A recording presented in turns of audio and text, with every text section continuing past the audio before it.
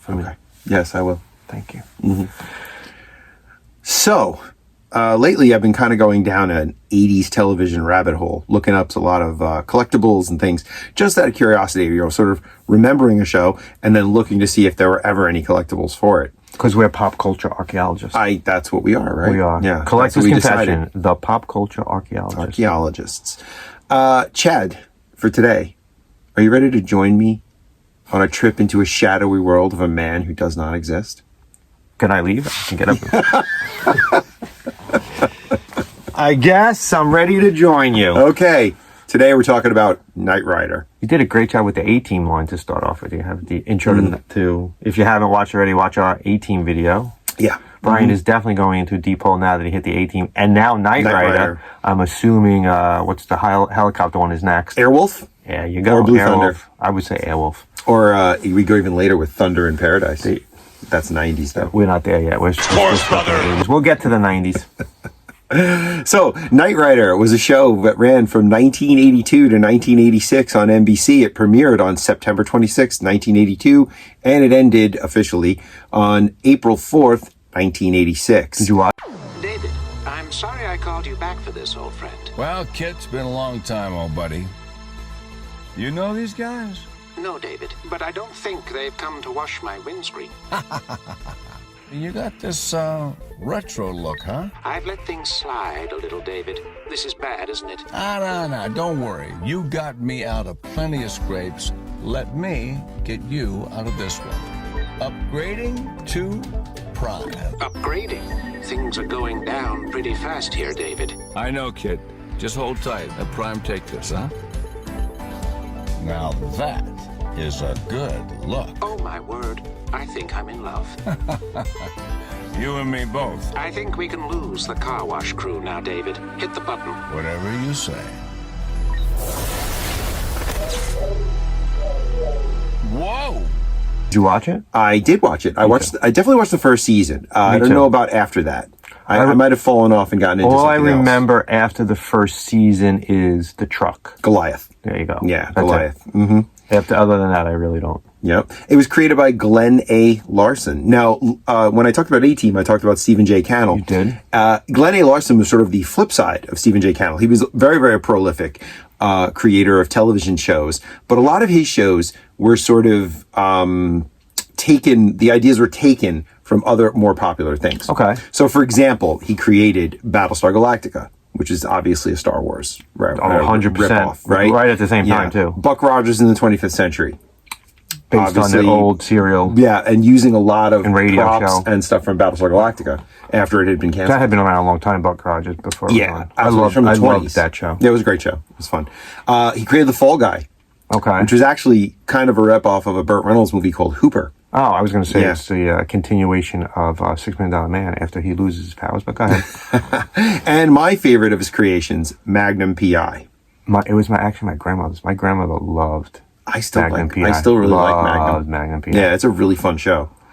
We could talk about that some other time. Here you go. Mm-hmm. There's some stuff out there for Magnum P.I. So, very little. Yeah. We could definitely do an episode on that. So, Knight Rider is the story of a Las Vegas police detective named Michael Long. I had no idea that that's what he did until just now. Just before he I had no idea he was a police detective. Yeah. I had no idea. He was a police detective, and one night during a bus gone bad, he gets shot in the face. And he's saved by a man named Wilton Knight, a self-made billionaire who runs an organization called FLAG, which is the Force for Law and Government. He's basically self-financing his own vigilante force. So he basically rebuilds Michael Long into a new person. Doing what? Adopting the name Michael Knight. But how did he build him? Plastic surgery. Oh, I didn't know. Fixed his face. Robotics and stuff. No, because he got shot in the face. I was like, I never knew he was... No, he's not bionic. Reconstructed? No. But they fix his face. That's why he goes from looking like the guy in the first episode, who was an actor, a name I don't remember, goes to be David Hasselhoff. I had no idea. Yeah. And later in the series, it turns out that his appearance is actually modeled on Wilton Knight's son, who's a bad guy, who drives Goliath. That's later. And Hasselhoff played both Michael Knight and the villain, Garth Knight. He was such a great actor. Yeah. So he gets a futuristic car, which, if you're familiar with Knight Rider at all, you know that he gets the Knight Industries 2000, which is Kitt. Kitt is a custom 1982 Trans Am for Firebird. It cost about $100,000 to make the main car. Right. And which would be about $300,000 in today's money. Wonder what the sales are right after that. A lot. I think it blew sales up for Trans Am's big time. That car looked cool. It's gotta be cool one of car. the coolest cars ever. You know the little light that went back and forth on the front? Of course, it was based on Cylons, which were created by Glenn A. Larson for Battlestar Galactica. But he wanted the car to have like a heartbeat, so people would connect to it as something that was alive. Really? So that's why they put that So he took thing, the light from Battlestar Galactica and put it in the front of the car. The voice from Magnum P.I. Well, it was William Daniels was the voice, but uncredited in the series. Really? Because he was already on St. Elsewhere, and I don't know why he has to be uncredited for this. Maybe he didn't think it was going to be good. Maybe, but he has to be uncredited. Interesting. So Kitt was like his own thing. It was like almost like Kitt was like Kitt. Yeah, I knew it was him just from. Oh, of course, his voice is so distinctive. Yeah. So again, we're back to main characters here. Michael Knight was played by, of course, David Hasselhoff. The one and only. Yep, and he also played Garth Knight, who was the villain and driver of Goliath. Okay. Right. Kitt was William Daniels, like we said.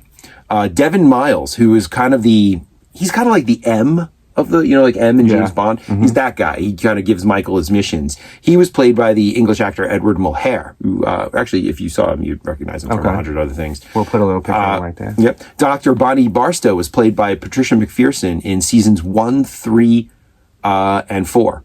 She was gone season 2. They dropped her character and replaced her with a character named April Curtis, played by Rebecca Holden in season 2.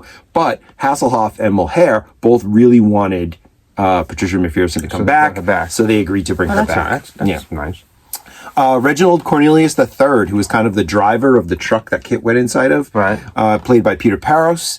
And finally, of course, Wilton Knight, who dies in the first episode, but he's the guy who creates Knight Industries and Flag, was played by the very famous actor Richard Basehart, who was in a lot of sci-fi movies from the 50s and 60s. Yeah. And he's also the guy who voiced the narration at the beginning and end of each episode. Yeah.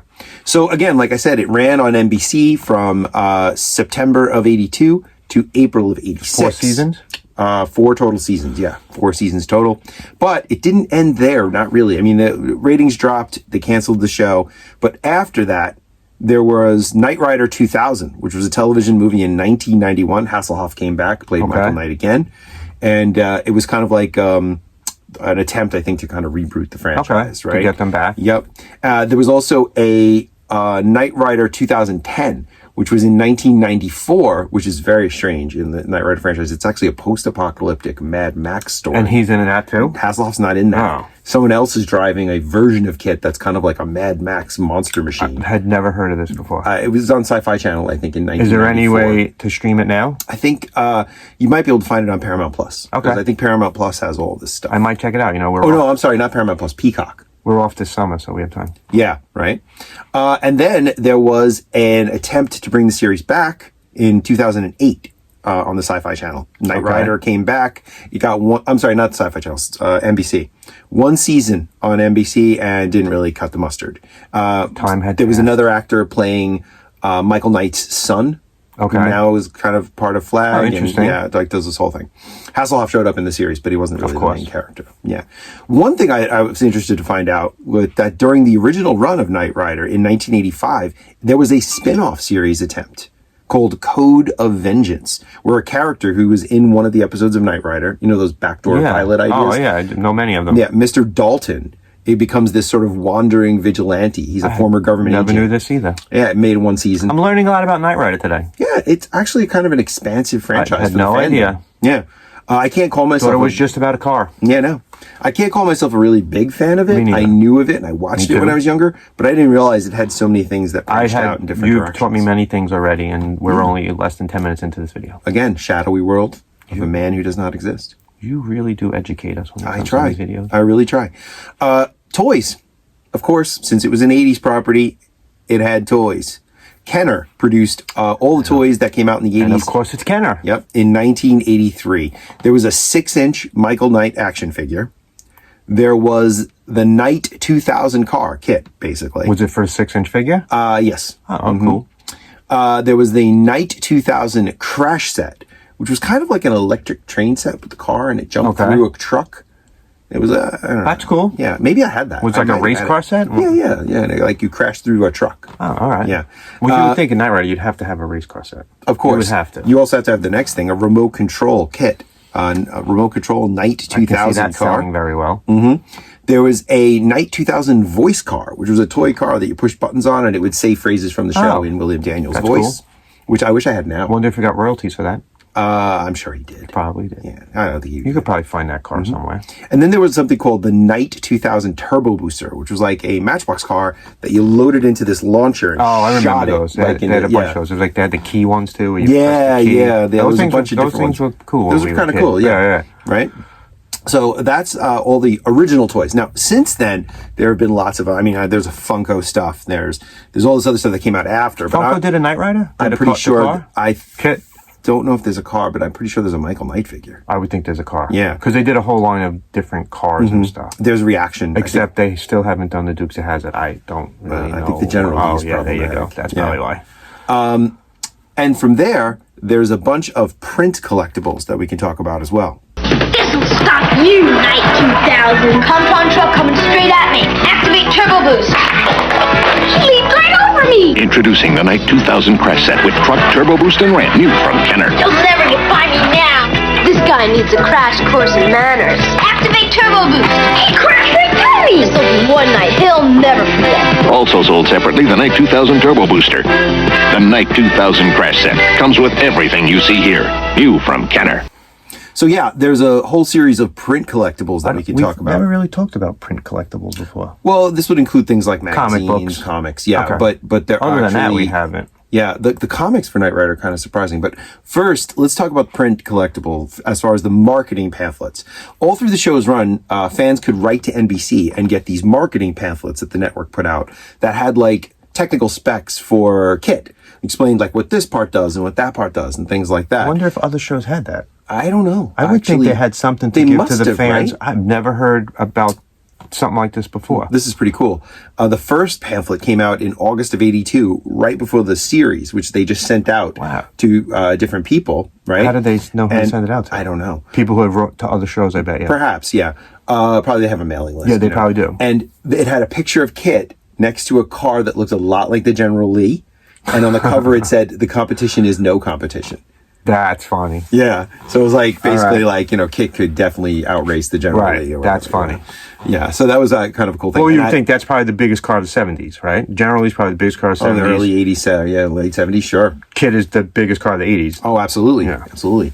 And if I had a choice, I would honestly get Kitt before I would get Oh, me General too. Lee. And then I would throw in that Starsky and Hutch car was that was awesome. pretty cool. That was too. a great car. And in the 80s, you would put the DeLorean in there. I'm trying to think of all the famous Scooby-Doo's van. DeLoreans are kind of lemons. They're not Yeah, great. but in that movie. They Yeah, right. Well, time travel. Took me back in time. Of course. So I would really, I don't know, I wasn't able to find any pictures of these marketing pamphlets. They're probably or anything really online. hard to find. So I would really love to see what those look like. If anybody out there knows about them or has them, please drop it in the comments. Email it to us. Yeah, show us what you got. collectorsconfessions@gmail.com. Yep. We would love, and if we get a picture from you, we'll do a quick video on it, and absolutely. We'll let you know it's you. Other print collectibles. This is awesome. I've heard of this before, but I never really did any research. In the United Kingdom, there are these things called annuals. They're not like comic book annuals here. Okay. An annual is like this sort of either very thin hardcover book or like sort of nice stock printed magazine. Comes out once a year and is just for fans of certain properties. Okay. There were 5 annuals released in the UK for Knight Rider. Now, the annuals include text stories based on the show. So written stories. Yeah, like a written story, a Okay. prose story. Comic strips based on the show. Okay. Articles about the stars and about behind the scenes stuff. And will come out once a year. 5 came out for Knight Rider. Wow, never heard of these either. 2 for the last season. Really? Yeah. There was yeah. So it was really popular in the UK? yeah, the show was I know it was pretty popular in the hugely UK. popular in Germany. I know it was huge in Germany. Oh, he's big in I know, he's big in Germany. No, but yeah, in Europe, the show was pretty big, actually. I didn't know that. Yeah, UK was big.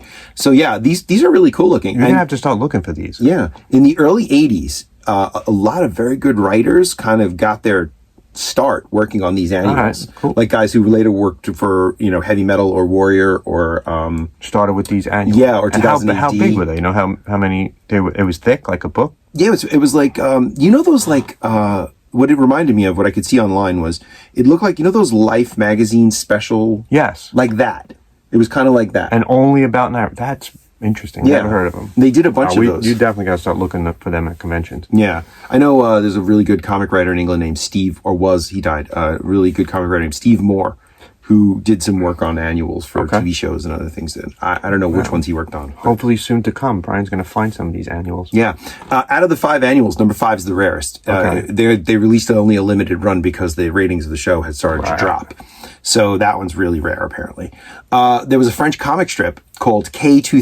based on the show that was published in 1988 by a company called Dargaud, which was a French comic company.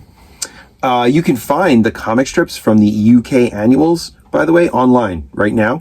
If you go to KnightRiderArchives.com. We'll put it in the description. KnightRiderArchives.com, and you will see some of the comic strips from the UK annuals. They're like 2-3 pages each. Okay. Then there was a series of novels that were co-authored by Roger Hill and Glenn A. Larson. The first one was Knight Rider, which was an adaptation of the 2-hour pilot. There was something called Trust Doesn't Rust, which is a great title. There was Hearts of Stone, the 24-Karat Assassin. That's another great title. Sounds like an episode title, doesn't it? Sounds like an episode. Yeah, and one called Mirror Image. And that's it for Knight Rider collectibles in the 80s anyway. We haven't had any comic books here in the United States for Knight Rider? No, there were no comic tie-ins. That's weird. I know. You would think Marvel would have picked this up. I looked, there were none. Very interesting. I thought there would be. It seems like something that would lend itself. Has to anyone comics. done it recently? I think there was one from IDW. But nothing that's ongoing. Nothing that's ongoing. You would think that this would be a perfect match for a comic book series. In the 21st century, there were Knight Rider comics. I really didn't get into those too much. But I focused more on the 80s. How big though? Like, not big. Because limited runs. Yeah. As you know, we go to a lot of conventions. I don't remember ever seeing a Knight Rider comic book. Yeah. Never. Yeah. So again, if you have information on comic books from Knight Rider, please, comment. Send us stuff on email. And as Brian said, this one is really just set for the 1980s. I just focused on what happened in the 80s. What happened like I said, what's going on now. Because of fandom, there's definitely been stuff after it. Remember, we're digging deep into nostalgia right now. Into the past. Nostalgia. So that's it for Knight Rider. If you know more than we've said, which if you're a huge Knight Rider fan, let us know. Which I'm sure you do know more. What we could do next. What could our next Knight Rider video be about? Or if there's another action show from the 80s that you'd like to see us focus on and maybe get a little deeper dive into, let us know. Airwolf. Subscribe, comment, let us know. Thanks for watching. Yeah, and until then, love what you collect. Collect what you love. See you next time. Bye. Wow, the 19,000! Call me Kitt, for short. It's off! What is our next mission? Push the license plate. Knight 2000 voice car says 6 different things. Sequence may vary, batteries not included. And it comes with a Michael Knight action figure. Scanner indicates danger ahead. Kitt, save me! Hurry! This was Knight's lucky day. The Knight 2000 voice car comes with a Michael Knight action figure from Kenner.